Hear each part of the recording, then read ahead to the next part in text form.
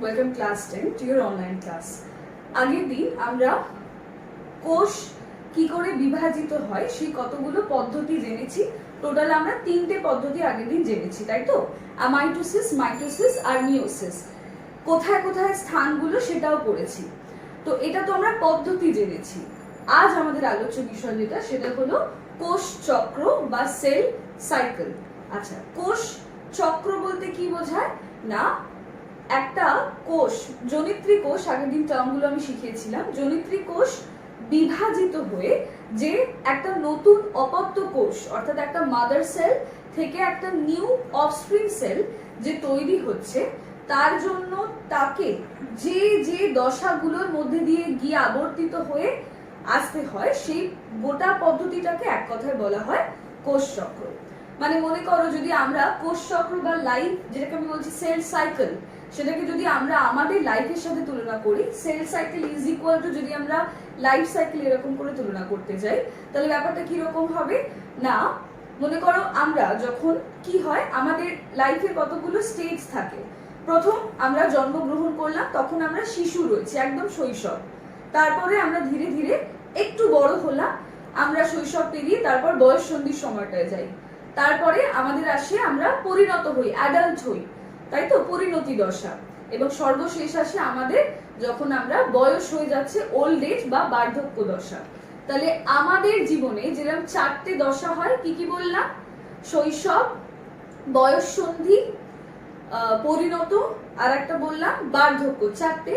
ঠিক একইভাবে কোষ চক্র যখন হয়, তখন কোষের 3টে, টোটাল আমরা বলতে পারি 3টে এরকম দশা হতে পারে। কি কি? এক হলো কোষটা প্রথমে সৃষ্টি হলো, তারপর কোষটা বিভাজিত হবে, তারপর একটা নতুন কোষ সৃষ্টি হবে।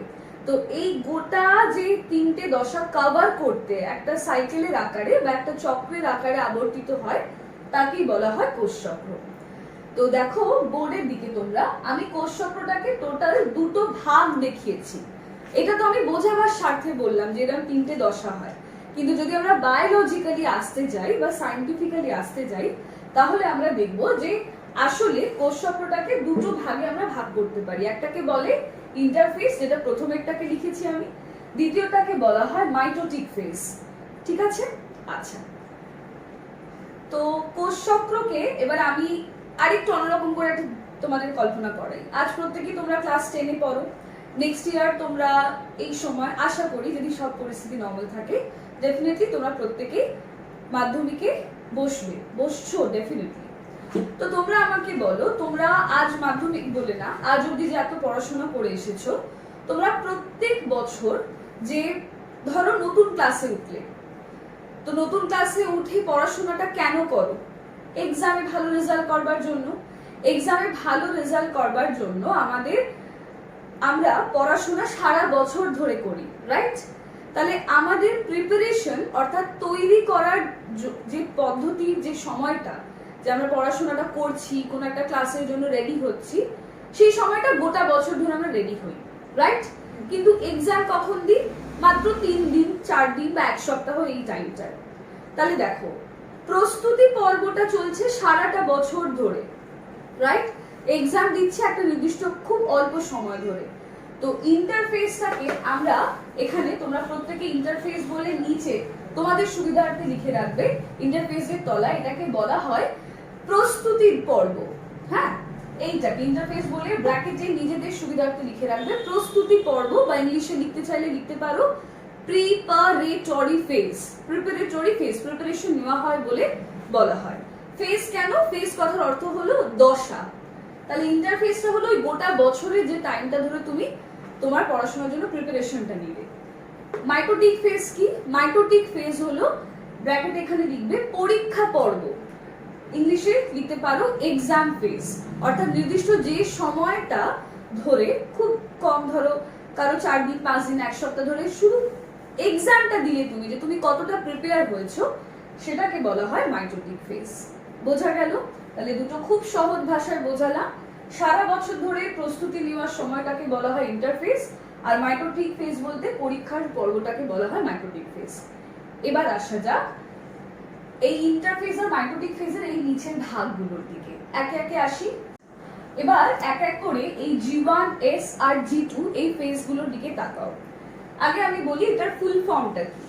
G1 কথার অর্থ হলো গ্যাপ 1।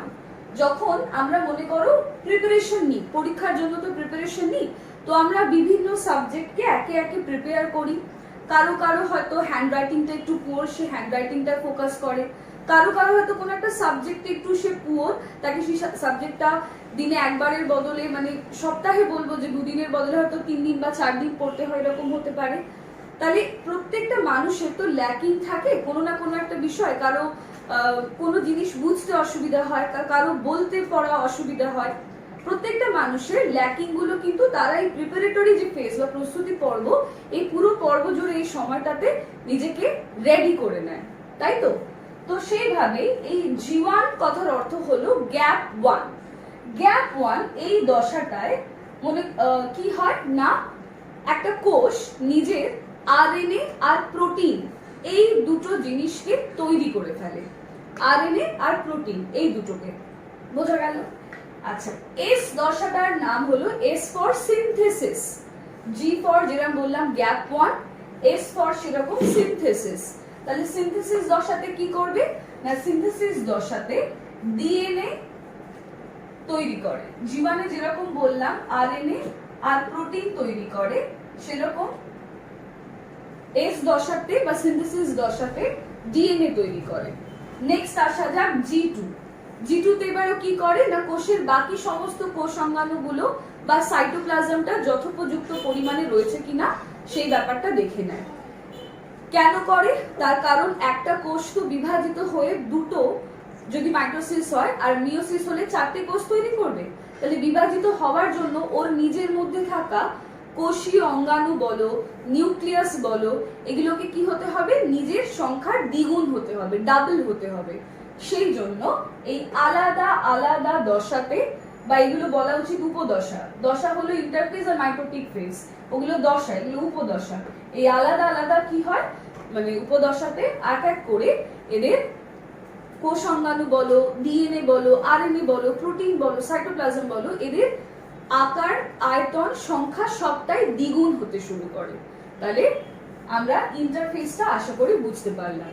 এবার এটা বলার সময় তোমাদের এটাও বলে দিই যে এই ইন্টারফেসটা হতে টোটাল টাইম কত লাগে। ইন্টারফেসটা হতে টাইম লাগে প্রায় 90% টাইম। মানে গোটা কোষ চক্রটাকে যদি আমি 100% বলি, যে 100%র মধ্যে 90% সময় শুধু ইন্টারফেসটা হতেই চলে যায়, বোঝা গেল? আর মাইটোটিকটা হতে ম্যাক্সিমাম 5 to 10% টাইম লাগে, ম্যাক্সিমাম। তার কারণ মনে করো তুমি কিন্তু নিজের প্রস্তুতিটা নাও অধিকাংশ সময়টা জুড়ে, দ্যাট ইজ অলমোস্ট 90%। আর মাত্র 5 to 10% মানে মাত্র ওই 1 সপ্তাহ বা 10 দিন জুড়ে তুমি পরীক্ষাটা শুধু দাও, বোঝা গেল? আচ্ছা, আমরা আজকে তাহলে ইন্টারফেসটা আশা করি খুব ভালো করে বুঝতে পেরেছি, তার আলাদা আলাদা দশাগুলোর কথা বুঝতে পেরেছি। এখানে একটা দশার কথা উল্লেখ করা নেই, আমি এটা স্টার দিয়ে এখানে লিখছি। সেই দশাটার নাম হলো G0 দশা। এটাকে আমি একটু মজা করে তোমাদের বোঝাতে যদি চাই, তাহলে G0 দশা কোনটা না, G0 মানে মনে করো আমি কি বললাম, সারাটা বছর জুড়ে তুমি পড়াশোনার জন্য প্রিপারেশন নিচ্ছ, খুব ভালো কথা। কিন্তু পুজোর সময়টা তুমি কি করো, তুমি কি পড়তে বসো না, কিন্তু ওটাও কিন্তু প্রস্তুতি পর্বের মধ্যেই পড়ে, ওটাকে কিন্তু পুজোর ছুটি বলা হয়। কিন্তু পুজোর সময়টা মোটামুটি খুব ভালো কেউ না হলে, খুব ভালোর কথা না, খুব স্বাভাবিক মানুষ যদি সে না হয়, তাহলে সে জেনারেলি পড়তে বসে না, তাই তো? তাহলে একটা কোষ অবশ্যই ইন্টারফেসের প্রত্যেকটা দশায় এক একটা অঙ্গাণু বলো বা আরএনএ বলো, প্রোটিন বলো, যা কিছু তাকে দ্বিগুণ করতে থাকে সংখ্যায়। একমাত্র G0 দশাটা হলো ওর গ্যাপ 0 দশা, বা এটার আর একটা টার্ম আছে, এটাকে বাংলায় বলা হয় বিশ্রাম দশা। অর্থাৎ তুমি যেমন পুজোর সময় পড়াশোনা করো না, সেরকম ঠিক G0 দশাতেও কোষও কিন্তু কোনো রকম করে কিছুই সংখ্যায় দ্বিগুণ করা বা কোনো রকম ইন্টারফেসের কোনো কাজই করে না, ও জাস্ট রেস্ট করে ওই দশাটায়। তাই G0 দশার অপর নাম বিশ্রাম দশা বা রেস্ট ফেজ, লিখে রাখবে কথাটা, রেস্টিং ফেজ বা রেস্ট ফেজ লিখে রাখতে পারো। তাহলে হলো আমাদের ইন্টারফেসটা পুরোপুরি বোঝা। ওকে, আচ্ছা নেক্সট আসা যাক মাইটোটিক ফেজ, যেটা আমাদের আজকের আর একটা অন্যতম মূল আলোচ্য বিষয়। মাইটোটিক ফেজকে দেখো এখানে আমি 4টে ভাগে ভাগ করেছি, প্রোফেজ, মেটাফেজ, অ্যানাফেজ আর টেলোফেজ। আচ্ছা, কেন করেছি তার কারণ, আগের দিন তোমাদের আমি যখন পড়াচ্ছিলাম দুটো টার্ম শিখিয়েছিলাম, একটু যদি মনে করো, কি না যখন কোষ বিভাজিত হয় তখন কোষের, আমি প্রথম দিনেই শিখিয়েছিলাম কোষের প্রোটোপ্লাজম, যদি আমরা কোষের গোটাটাকে বোঝাই, কোষ বলতে প্রোটোপ্লাজম দিয়ে যদি বোঝাই, তাহলে প্রোটোপ্লাজম ইজ ইকুয়াল টু দুটো জিনিস লিখতে বলি, কি? Yes, cytoplasm plus nucleus. Cytoplasm এরও বিভাজন হয় কোষ বিভাজনের সময়, আর নিউক্লিয়াস এরও বিভাজন হয়। সাইটোপ্লাজমের বিভাজন পদ্ধতিকে বলা হয় সাইটোকাইনেসিস, আর নিউক্লিয়াসের বিভাজন পদ্ধতিকে বলা হয় ক্যারিওকাইনেসিস। কেন? কারণ নিউক্লিয়াসের অপর নাম কি? ক্যারিয়ন, সেই জন্য। আশা করি মনে আছে। তো এই যে তোমরা এতক্ষণ ধরে ইন্টারফেসটা পড়লে, খেয়াল করে দেখো তো, এখানে কিন্তু আমি মূলত এই যে আরএনএ, প্রোটিন, কোষ সংজ্ঞান এইসব বলছি, এগুলো কিন্তু মূলত সাইটোপ্লাজমেরই বিভাজন, সাইটোকাইনেসিসের ওপর দিয়ে এটা প্রায় হয়তো গেল, তাই তো? তাই এবার আমরা আসবো ক্যারিওকাইনেসিস হয় যে মোট 4টি ধাপে, সেটা হলো এই 4টে, প্রোফেজ, মেটাফেজ, অ্যানাফেজ, টেলোফেজ। তোমরা জানো নিউক্লিয়াসে 4টি উপাদান আছে টোটাল, কি কি? নিউক্লিয় পর্দা, নিউক্লিয় প্লাজম, বলতে থাকো আমার সাথে, নিউক্লিয় লাস, আর একটা হলো ক্রোমাটিন জালিকা, এই 4টে। তো এই 4টিরও কি হবে? একে একে পরিবর্তন হবে এবং নিউক্লিয়াস একটা থেকে দুটো তৈরি হবে, কিন্তু সেটা কি পদ্ধতিতে? সেটারই নাম হলো মাইটোটিক ফেজ, এবং সে তার মধ্যে থাকে আলাদা আলাদা প্রত্যেকটা উপদর্শ আমরা এবার একে একে পড়বো। আসা যাক। ওকে, তো আজকে আমি তোমাদেরকে মাইটোসিসের যে 4টে ফেজ আমি বললাম, প্রোফেজ, মেটাফেজ, অ্যানাফেজ, টেলোফেজ, তার মধ্যে প্রথম দুটো ফেজ আজকে বলবো। প্রত্যেকে খুব ভালো করে খুব মন দিয়ে শুনবে। প্রত্যেকে বইটা হাতের সামনে খুলে রাখবে, আমি মুখে আগে এক্সপ্লেন করব, তারপর তোমাদের কম্পিউটার স্ক্রিনের হেল্প নিয়ে প্রসেসটা কিভাবে হয় একদম অ্যানিমেশন চালিয়ে ভিডিও আমি তোমাদেরকে বোঝাবো। First, prophase. প্রো কথার অর্থ কি? প্রো কথার অর্থ হলো বিফোর, অর্থাৎ আগে, অর্থাৎ একদম প্রথম যে দশাটা হচ্ছে তাকে বলা হয় প্রোফেজ। আর ফেজ মানে আগেই বলেছি অ্যাপিয়ারেন্স বা দশা বা সৃষ্টি, যেটা প্রথম দেখতে পাচ্ছ সেটাকে বলা হয়।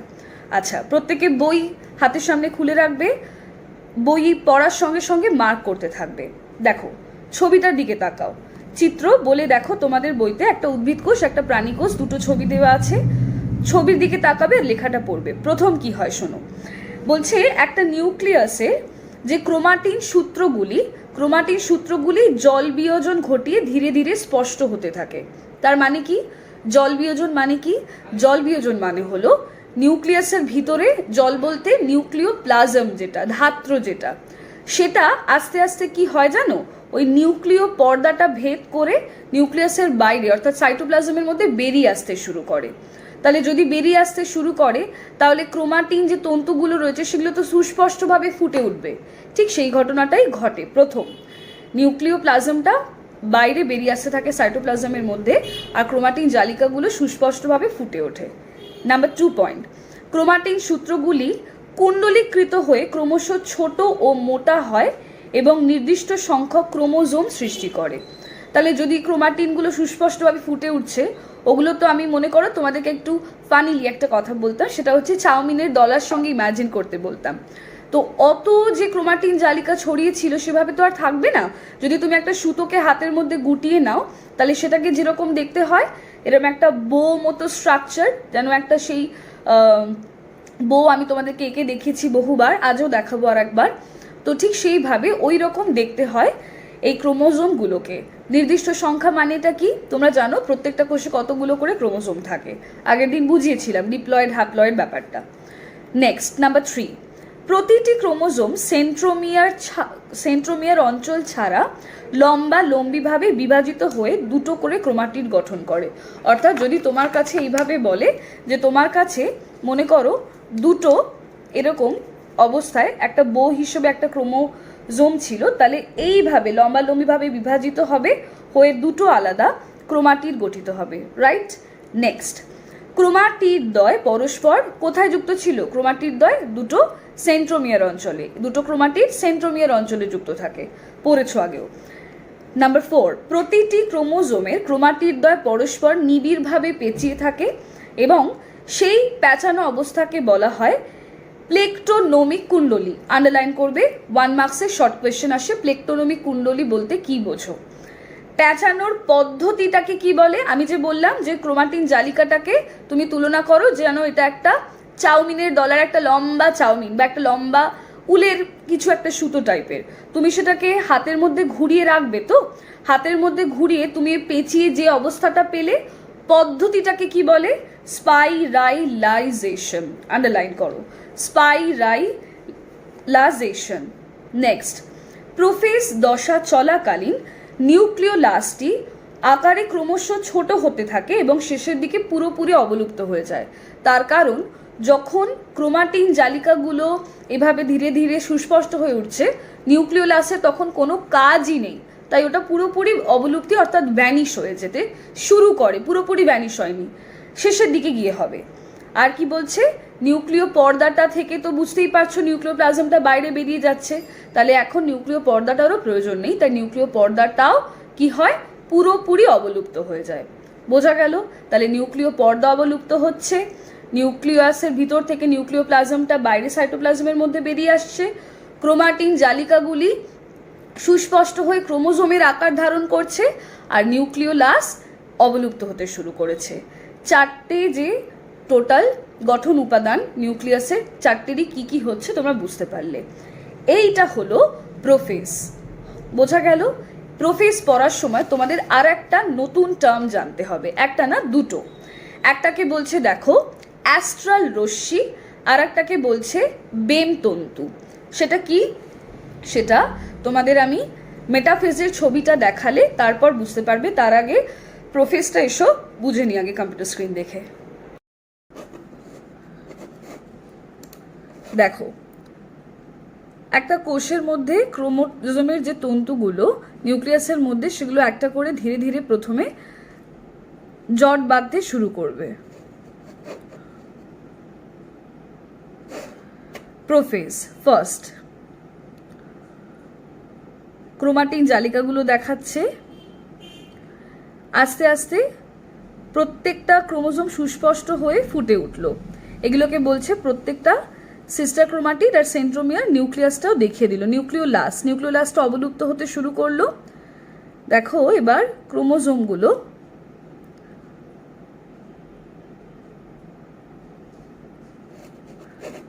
আশা করি বুঝলে। নেক্সট আসা যাক তার পরবর্তী দশাটায়, যেটার নাম হলো মেটাফেজ। মেটা কথার অর্থ হলো মিডল বা মধ্যবর্তী, কথাটা বোঝাতে মেটা বলা হয়। তোমরা আগের দিন মেটাসেন্ট্রিক ক্রোমোজোম নামটা পড়েছো। মেটাসেন্ট্রিক ক্রোমোজোমে কোথায় ছিল সেন্ট্রোমিয়ারটা? একদম মিডল বরাবর, একদম মাঝ বরাবর। তো মেটাফেজ মানেও যে এই দশার মধ্যবর্তী দশা যেটা। তো কি হয়? মেটাফেজ দশা হলো একদম প্রোফেজের জাস্ট পরের যে দশাটা। এবং দেখো আন্ডারলাইন করবে, এটি মাইটোসিস বিভাজনের দ্বিতীয় এবং স্বল্প স্থায়ী দশায়, কথাটা তাহলে আন্ডারলাইন করবে। এই ওয়ার্ডটা তুলে প্রশ্ন আসে, মাইটোসিস বিভাজনের স্বল্প স্থায়ী দশা কোনটি? তুমি উত্তর লিখবে মেটাফেজ।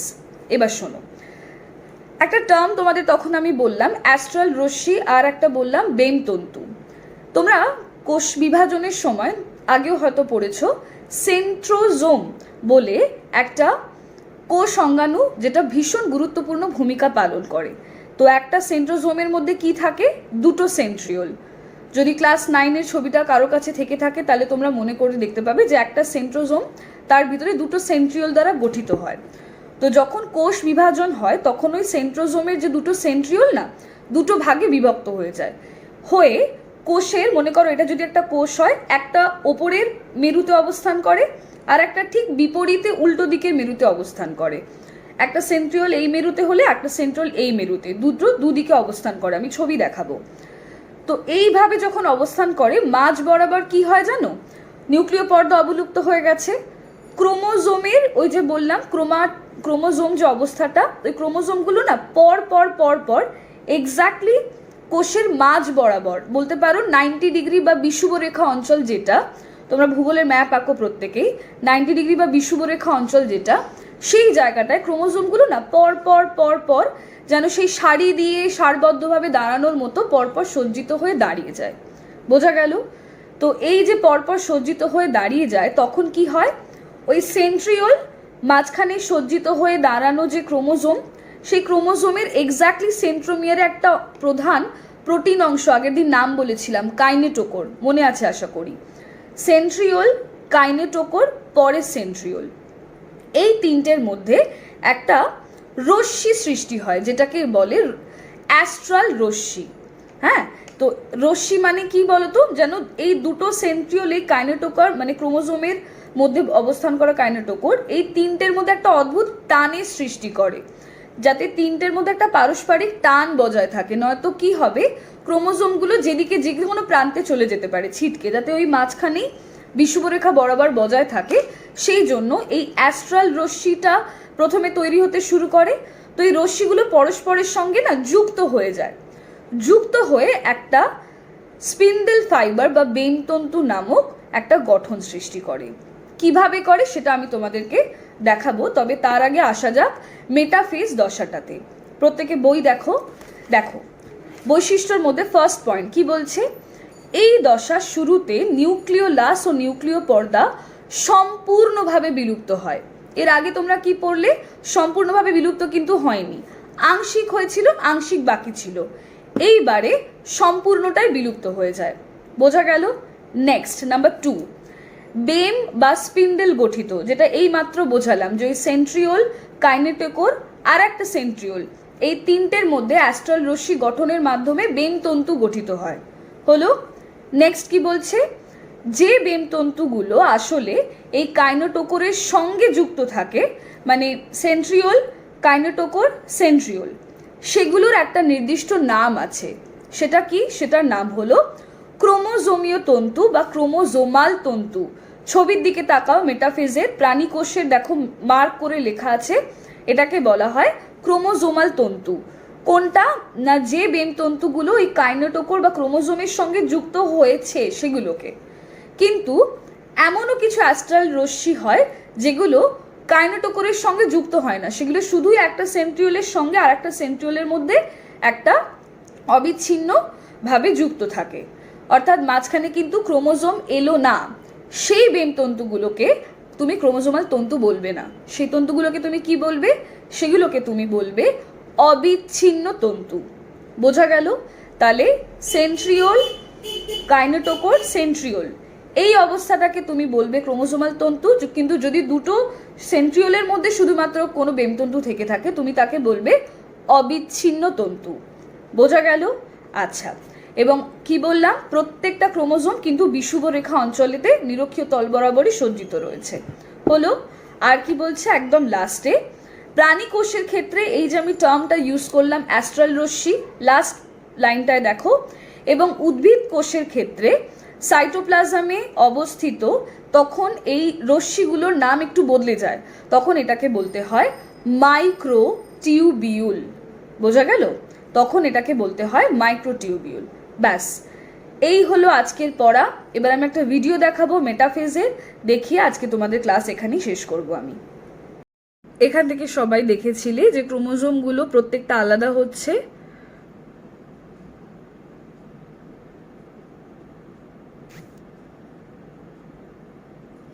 দেখো ওপরের দিকে একটা সেন্ট্রিওল, নিচের দিকে একটা সেন্ট্রিওল, মাঝখান থেকে অ্যাস্ট্রাল রশ্মিগুলো কিন্তু শুরু হয়েছে, শুরু হলো। এবার মেটাফেজ শুরু হচ্ছে, ওই শুরুটুকুই রয়েছে অ্যাস্ট্রাল রশ্মি তৈরি হয়। এবার আসছে মেটাফেজে নিরক্ষীয় অঞ্চলে প্রথম সজ্জিত হয়ে রয়ে যাচ্ছে ক্রোমোজোমগুলো। অ্যাস্ট্রাল রশ্মিগুলো এবার এক প্রান্ত থেকে আর এক প্রান্তে বিস্তার শুরু করেছে, এবং দেখো কিছু কিছু অ্যাস্ট্রাল রশ্মি সেন্ট্রোমিয়ারের কাইনেটোকোর অঞ্চলটার সঙ্গে যুক্ত হলো, কিন্তু সব কটা নয়। খেয়াল করে দেখো, কিছু যুক্ত হয়েছে, বাকি কিন্তু যুক্ত হয়নি। তাহলে যেগুলো যুক্ত হয়েছে সেগুলোই মাত্র ক্রোমোজোমাল তন্তু, বাকিগুলোর নাম হলো কি না, বাকিগুলোর নাম হলো অবিচ্ছিন্ন তন্তু।